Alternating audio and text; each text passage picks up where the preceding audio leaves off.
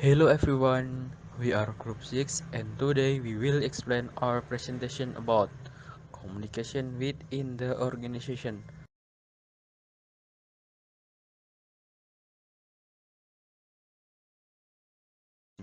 Let me introduce our members of Group 6, Laila Cita Cahyani, Nia Adelia Diah Kumala, Ovi Kartika Murti, Parwidia Puput Nurita, Ihfarul Adnan. Let's go! Pembahasan materi kita kali ini yang pertama, konsep komunikasi, yang kedua, unsur-unsur komunikasi, yang ketiga, proses komunikasi, selanjutnya ada jenis hambatan komunikasi, lalu fungsi komunikasi, dan bentuk dan gaya komunikasi. Di sini saya akan menjelaskan mengenai komunikasi. Pentingnya komunikasi dalam kehidupan manusia tidak dapat dipungkiri. Demikian pula halnya dalam suatu organisasi. Dengan adanya komunikasi yang baik akan membantu kelancaran organisasi. Demikian pula sebaliknya, komunikasi yang efektif merupakan bagian yang penting bagi semua organisasi. Secara sederhana, komunikasi yaitu jika ada dua orang atau lebih dalam organisasi dengan sendirinya akan berlangsung komunikasi. Organisasi merupakan wadah kegiatan orang-orang yang melakukan berbagai tugas untuk mencapai tujuan bersama atau common goals.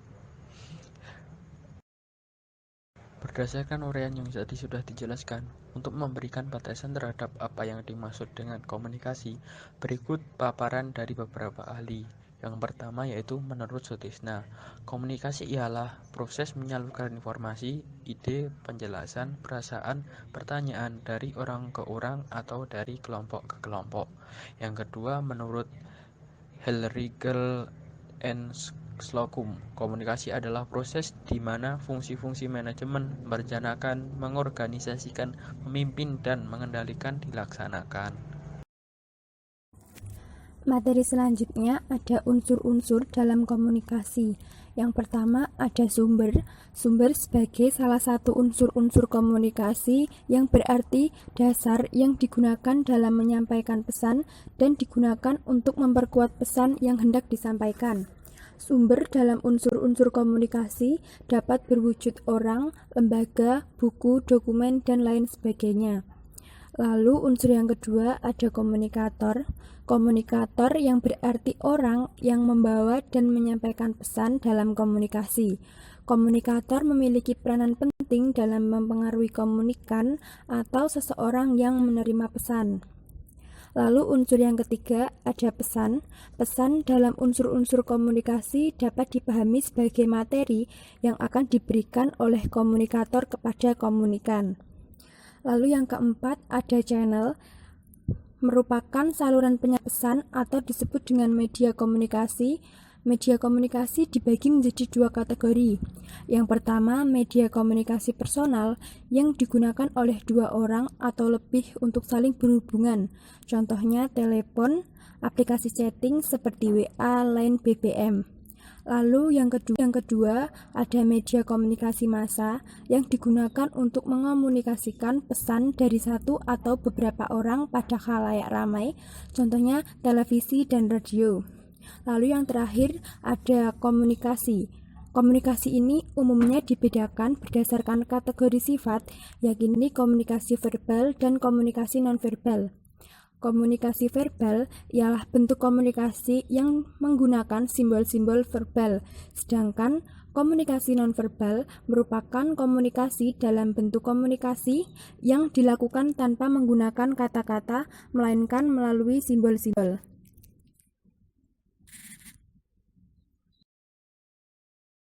Selanjutnya, proses komunikasi. Istilah proses dalam komunikasi pada dasarnya menjelaskan tentang bagaimana komunikasi itu berlangsung melalui berbagai tahapan yang dilakukan secara terus-menerus dalam rangka penyampaian pesan. Proses komunikasi merupakan proses timbal balik karena antara si pengirim dan si penerima pesan saling mempengaruhi satu sama lain. Dalam proses komunikasi akan ditemukan berbagai elemen-elemen.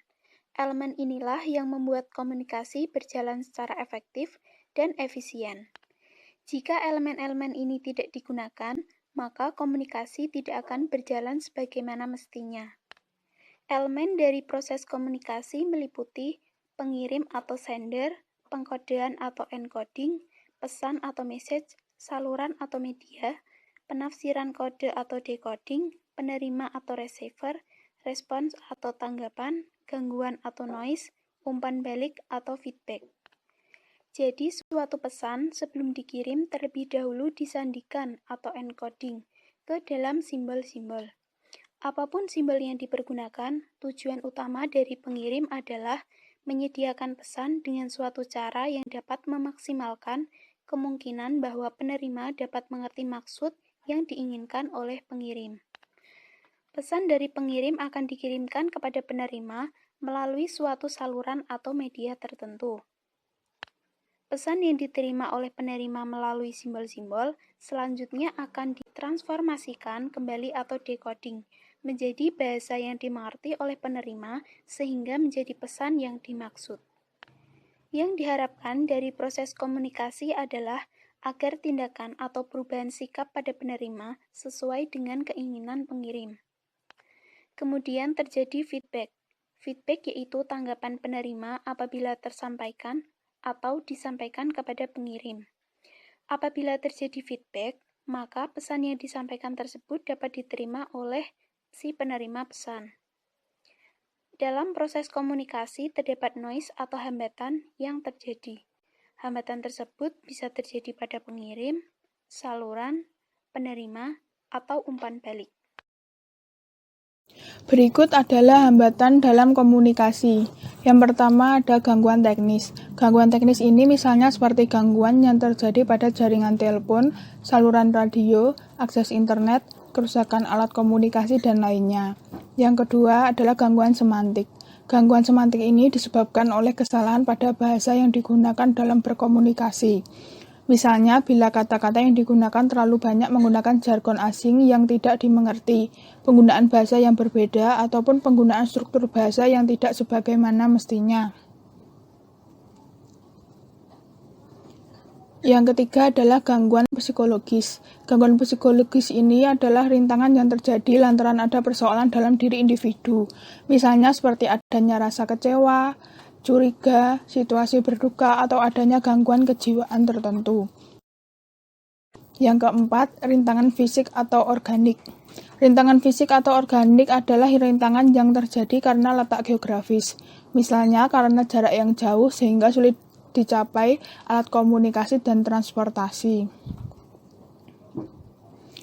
Yang kelima adalah rintangan kerangka pikir. Rintangan kerangka pikir ini adalah hambatan komunikasi yang dapat terjadi akibat adanya perbedaan pola pikir.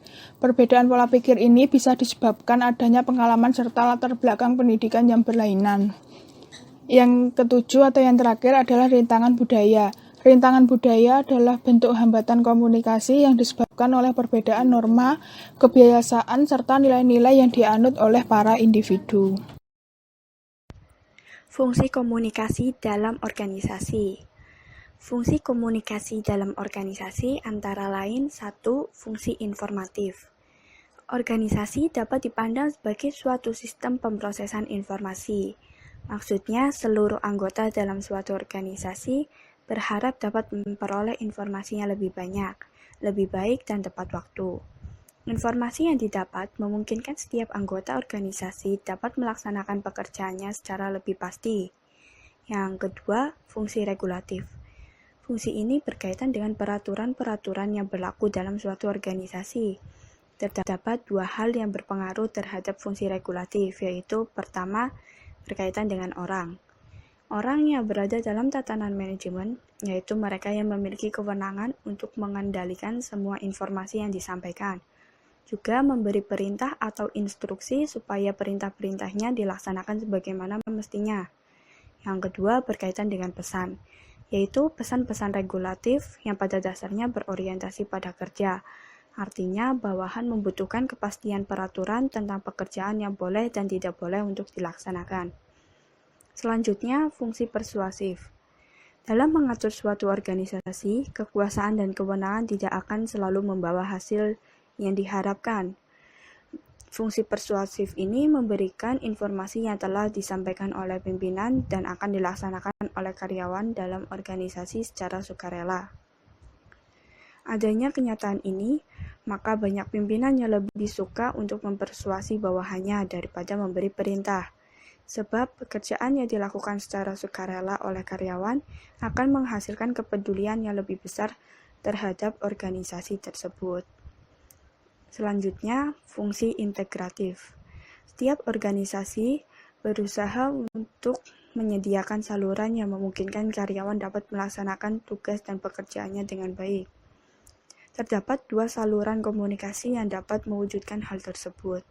Yang pertama, saluran komunikasi formal, seperti penerbitan khusus dalam organisasi, contohnya buletin, newsletter, dan laporan kemajuan organisasi.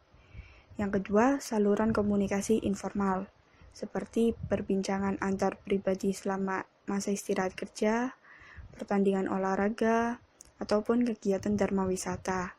Pelaksanaan aktivitas ini akan menumbuhkan keinginan untuk berpartisipasi yang lebih besar dalam diri karyawan terhadap organisasi. Beberapa bentuk dan gaya komunikasi. Yang pertama yaitu the controlling style. Gaya komunikasi yang bersifat mengendali ini ditandai dengan adanya satu kehendak atau maksud untuk membatasi, memaksa, dan mengatur perilaku, pikiran, dan tanggapan orang lain. Gaya komunikasi ini dikenal dengan nama komunikator satu arah atau one-way communicators. Yang kedua yaitu the equalitarian style. The equalitarian style of communication ini ditandai dengan berlakunya arus penyebaran pesan-pesan verbal secara lisan maupun tertulis yang bersifat dua arah atau two-way traffic of communication. Yang ketiga yaitu the structuring. Gaya komunikasi yang terstruktur ini memanfaatkan pesan-pesan verbal secara tertulis maupun lisan guna memantapkan perintah yang harus dilaksanakan, penjadwalan tugas dan pekerjaan secara struktur organisasi. Yang keempat yaitu the dynamic style. Gaya komunikasi yang dinamis ini memiliki kecenderungan agresif karena pengirim pesan atau sender memahami bahwa lingkungan pekerjaan berorientasi pada tindakan atau action oriented. The dynamic style of communication ini sering dipakai oleh para juru kampanye atau supervisor yang membawahi para warga negara atau salesman. Yang kelima yaitu the relinquishing style. Gaya komunikasi ini lebih mencerminkan kesediaan untuk menerima saran, pendapat ataupun gagasan orang lain daripada keinginan untuk memberi perintah, meskipun pengiriman pesan atau sender mempunyai hak untuk memberi perintah dan mengontrol orang lain. Yang keenam yaitu the withdrawal style. Akibat yang muncul jika gaya ini digunakan adalah melemahnya tindakan komunikasi. Artinya tidak ada keinginan dari orang-orang yang memakai gaya ini untuk berkomunikasi dengan orang lain karena ada beberapa persoalan ataupun kesulitan antar pribadi yang dihadapi oleh orang-orang tersebut. Next, let's answer this question. Menurut Anda, manakah gaya komunikasi yang paling tepat digunakan di dalam organisasi untuk menghadapi era revolusi 4.0? Berikan alasanmu. Good luck!